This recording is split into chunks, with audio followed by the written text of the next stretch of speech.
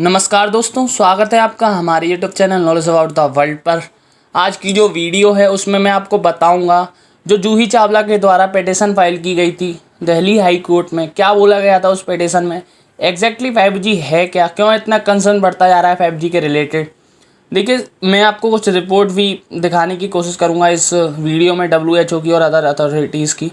इस टॉपिक का नाम है what is the effects of mobile radiation on a living life. मेरा नाम है तुषार गुप्ता। वीडियो को स्टार्ट करते हैं मैंने किसी वक्त गवाए। A lot to know, a lot to discuss. देखिए, जूही चावला के द्वारा जो पिटीशन फाइल की गई है, क्या बोला गया है उसमें मैं आपको बताऊं। देखिए, जूही चावला एक एक्टिविस्ट और एनवायरमेंटलिस्ट हैं। जो पिटीशन फाइल की गई है उसमें बोला गया है जो 5G की रेडिएशंस हैं फ्यूचर में हो सकता है उन रेडिएशन से सिटीजन्स की, एनिमल्स की और फ्लोरा फाउना की जो लाइफ है उसमें बहुत बड़ा डेंजरस देखने को मिले। ये अफेक्ट कर सकती हैं लोगों की लाइफ को, एनिमल्स की लाइफ को, फ्लोरा फाउना की लाइफ को। तो जो केस है वो जस्टिस सी हरिशंकर के द्वारा ट्रांसफ़र कर दिया गया है अदर बेंच को, जिसकी हियरिंग होनी थी 2 जून को। अब मैं आपको बताऊंगा। देखिए, इन्होंने ये बोला है कि एक अथॉरिटी, जो भी अथॉरिटीज़ हैं जो इसको इम्प्लीमेंटेशन को करा रही हैं, उनके द्वारा एक इस चीज़ को सर्टिफाई किया जाए जो 5G रेडिएशंस के रिलेटेड जितने भी लोगों के डाउट हैं उन डाउट्स को क्लियर करा जाए। बेसिकली उनका कहना है कि जितना भी डर है उस डर को लोगों से दूर किया जाए, बताया जाए कि इससे क्या अफेक्शन देखने को मिल सकता है एनिमल्स की और ह्यूमन लाइफ के ऊपर। अब मैं आपको बेसिकली बताऊंगा। इन्होंने साथ में ये और कहा है कि हमें 5G इम्प्लीमेंटेशन से पर्सनली कोई दिक्कत नहीं है, बस हम ये चाहते हैं कि लोगों को कोई दिक्कत ना हो इसकी रेडिएशन से, वो सब क्लियर करा जाए अथॉरिटीज़ के द्वारा, सरकार के द्वारा। अब मैं आपको बेसिकली बताऊं 5G है क्या। देखिए, आपको एक जनरेशन गैप देखने को मिलेगा, बहुत बड़ा इम्प्लीमेंटेशन देखने को मिलेगा, बूस्ट देखने को मिलेगा स्पीड में, इंटरनेट की स्पीड में। आप बेसिकली ऐसा समझ सकते हैं कि सोसाइटी जो है, इंटरनेट की सोसाइटी में एक बहुत ही बड़ा डेवलपमेंट आप देख सकते हैं 5G के आने से। अब मैं आपको साथ ही में बताऊं, आपने ये शब्द सुना होगा, that is IoT, internet of things. जैसे कि देखिए, मैं आपको बेसिकली इसको बताऊंगा आसान भाषा में। आपके घर की जितनी भी चीज़ें हैं, जितने भी डिवाइसेस हैं, आप उसको कनेक्ट कर पाएंगे इंटरनेट से और उसको ऑपरेट कर सकते हैं 5G के थ्रू ही। आप ये सब कर सकते हैं। तो आप समझ सकते हैं 5G के आने से आपको क्या क्या इम्प्लीमेंटेशन देखने को मिलेगा। आप बेसिकली एग्जांपल लेंगे तो टेस्ला की, आपने कार का नाम सुना होगा, जो ऑटो कार्स हैं, आप उसको इसी के द्वारा 5G के द्वारा ही ऑपरेट कर सकते हैं। अब मैं आपको आगे बताऊंगा। देखिए, 4G जैसा कि आपने देखा होगा, एक टावर आपकी टाउन में सेटअप कर दिया जाता था और उससे ही आप जितना भी कनेक्शन है वो यूज़ कर लिया करते थे।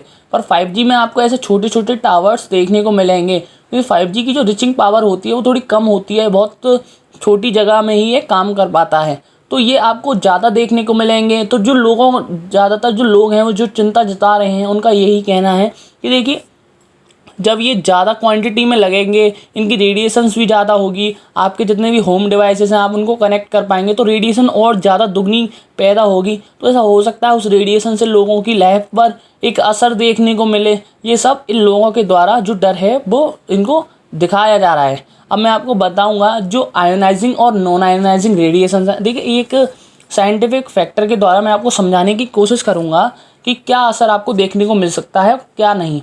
आप समझिए, जितने भी आपके टीवी रिमोट्स हैं, रडार सिस्टम हैं, सेल फोन्स हैं, FM टीवी और जितने भी टावर्स हैं वो आते हैं नॉन आयोनाइजिंग में। अब आपको मैं बताऊं, एक्स रेज, गामा रेज और जो आपका सिटी स्कैन वगैरह है वो आते हैं आयोनाइजिंग में। अब क्या है इसमें फ़र्क, देखिए, इसकी जो फ्रिक्वेंसी होती है सिटी स्कैन वगैरह की, एक्स रेज वगैरह की, इसकी फ्रिक्वेंसी होती है बहुत ज़्यादा। आपने फिलहाल में एक स्टेटमेंट सुना होगा रणदीप गुलेरिया के, जो एम्स के डायरेक्टर हैं, उनके द्वारा। उन्होंने ये बोला था कि ज़्यादा जो लोग थे, कंसर्न बढ़ता जा रहा था उनका कोविड के रिलेटेड, वो सिटी स्कैन कराने लग गए थे बार बार। तो उनके द्वारा ये बोला गया था अगर आप ज़्यादा सिटी स्कैन कराएंगे तो आपको कैंसर जैसी बीमारी को फेस करना पड़ सकता है। वो इसीलिए बोला गया था कि ये रेज जो अगर आपकी बॉडी में से बार बार आपको अगर पास करेंगी तो आपको आपके DNA में चेंज देखने को मिल सकता है, आपको एक कैंसर जैसी प्रॉब्लम को फेस करना पड़ सकता है, क्योंकि इसकी जो फ्रिक्वेंसी वो बहुत ज़्यादा होती है। पर as compare to non ionizing इतना इनका ज़्यादा अफेक्शन देखने को नहीं मिलता है ह्यूमन बॉडी के ऊपर, क्योंकि इनकी जो वेवलेंथ होती है वो बहुत ज़्यादा होती है, इनकी फ्रिक्वेंसी इस कारण कम होती है। तो ऐसा बताया जाता है साइंस के द्वारा कि ये जो चीज़ें हैं वो बहुत ही कम अफेक्ट करती हैं ह्यूमन लाइफ को। अब मैं आपको आगे बताऊंगा जो WHO की बॉडी है, international agency for research on cancer, उसके द्वारा ये बोला गया था कि ऐसा हो सकता है कि ये नॉन आयोनाइजिंग रेडिएशंस हैं, इनके द्वारा भी ह्यूमन लाइफ पर असर देखने को मिले। पर इन्होंने साथ में ये भी बोला था कि हमें अभी और स्टडी की ज़रूरत है, हमें अभी और समझना पड़ेगा क्या असर देखने को मिल सकता है रेडिएशंस का ह्यूमन लाइफ पे। अभी बेसिकली इनने कुछ क्लैरिफाई नहीं किया है जितना आपको मैं समझाना चाहता हूँ। अब मैं आपको एक रिपोर्ट के बारे में बताना चाहूँगा। देखिए, WHO की एक बॉडी है जिसका नाम है IARC। इनके जो डॉक्टर हैं डॉक्टर क्रिस्टोफर, इन्होंने बोला था 2010 में एक स्टडी कंडक्ट कराई गई थी रेडिएशन से रिलेटेड। इन्होंने बोला था कि उस स्टडी में तो ऐसा कुछ देखने को नहीं मिला था ब्रेन कैंसर टाइप प्रॉब्लम या कैंसर टाइप प्रॉब्लम रेडिएशन से उत्पन्न हो। पर इन्होंने ये बोला है कि अभी जो 2021 है 2010 में बहुत बड़ा डिफरेंस था। आप सोच भी नहीं सकते थे जब तो कि हम ऐसे मोबाइल लेके, हर इंसान ऐसे मोबाइल लेके घूम सकता है, पर आज की डिवाइसेस में, आज की टेक्नोलॉजी में बहुत बड़ा डिफरेंस देखने को मिला है। तो इनके द्वारा भी ये बोला गया है कि हमें फर्दर स्टडीज़ की ज़रूरत है, फर्दर देखना पड़ेगा कि क्या रेडिएशंस के थ्रू इंसान को फ़ायदा है या नुकसान उनकी बॉडीज़ को पहुंच सकता है। अब मैं आपको बताऊंगा। देखिए, 2017 में 39 देशों के 190 साइंटिस्ट के द्वारा एक लेटर लिखा गया था यूनाइटेड नेशन और WHO को। इसमें इन्हें मांग की थी कि एक स्ट्रिक्ट गाइडलाइन प्रोवाइड कराई जाए लोगों को कि क्या अफेक्शन हो सकता है टेक्नोलॉजी और रेडिएशंस का उनकी लाइफ पे।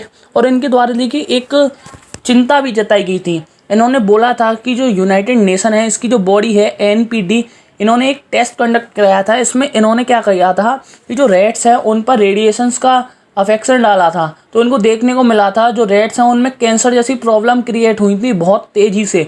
तो इनके द्वारा ये चिंता जताई गई थी कि जो WHO है वो ज़्यादा टेस्ट क्रिएट नहीं कराता है, टेस्ट ज़्यादा अपनी बॉडीज़ को ये काम नहीं देता है, ज़्यादा टेस्ट इसने अभी तक किए नहीं है 4G से रिलेटेड, इम्प्लीमेंटेशन से रिलेटेड। अब 5G आने वाला है तो हो सकता है और ज़्यादा दिक्कत देखने को मिले। तो ये चिंता जताई जाती है। पर मैं आपको बताऊं, WHO ने एक टेस्ट कंडक्ट कराया है जिसका नाम है हेल्थ रिस्क असाइनमेंट। पर इसकी जो रिपोर्ट है वो आपको 2022 में देखने को मिलेंगी। तो हो सकता है 2022 से पहले ये कुछ क्लैरिफाई नहीं कर सकते हैं कि क्या है, क्या इम्प्लीमेंटेशन देखने को मिल सकता है ह्यूमन लाइफ के ऊपर, क्या डेंजरस थिंग्स हैं, क्या चिंता की बातें हैं, वो क्या जो 4G और 5G नेटवर्क है वो ह्यूमन लाइफ को अफेक्ट कर रहे हैं या नहीं कर रहे हैं। अब साथ ही मैं आपको टावर से रिलेटेड एक यहाँ पे आपका जो डर है वो और बताता चलूँगा। देखिए, इंडिया में एक स्टडी कंडक्ट कराई गई थी 2017 में। उसमें ये बोला गया था कि जो 20 की कॉलोनीज़ हैं, जो मधुमक्खी के छत्ते हैं, वो एक तरीके से ख़त्म हो चुके थे। जो टावर्स के रेडिएशन है ना उनकी वजह से वो ख़त्म हो चुके थे। पर ये जो रिपोर्ट सबमिट की गई थी वो की गई थी जर्नोलॉजी ऑफ एटोनॉमी एंड जियोलॉजी। पर इसके अगेंस्ट में एक रिपोर्ट आई 2019 में। इसके अगेंस्ट क्लेम किया गया कि जो 2017 की स्टडी थी वो बहुत ही अनसाइंटिफिक थी, बहुत ही अनसाइंटिफिक वे में की गई थी वो। तो अगर मैं एक ओवरऑल व्यू देखूं तो सामने ये आया है कि ह्यूमन लाइफ के कोई अफेक्शन हो सकता है 5G से या 4G से या नहीं। अभी बेसिकली इसका कोई प्रूवन स्टेटमेंट नहीं आया है। मैं आशा करता हूँ आपको ये वीडियो समझ में आई होगी। जितने भी आपके डाउट हैं इस टॉपिक से रिलेटेड वो कम हुए होंगे। अगर आपको और भी डाउट है तो आप मुझे कमेंट में बताइए। At the end of the video please subscribe our channel that is knowledge about the world. Share the video, press the like button and the bell icon also. आप बताइए मुझे कमेंट बॉक्स में किन topics के ऊपर आप video चाहते हैं। जय हिंद, जय भारत।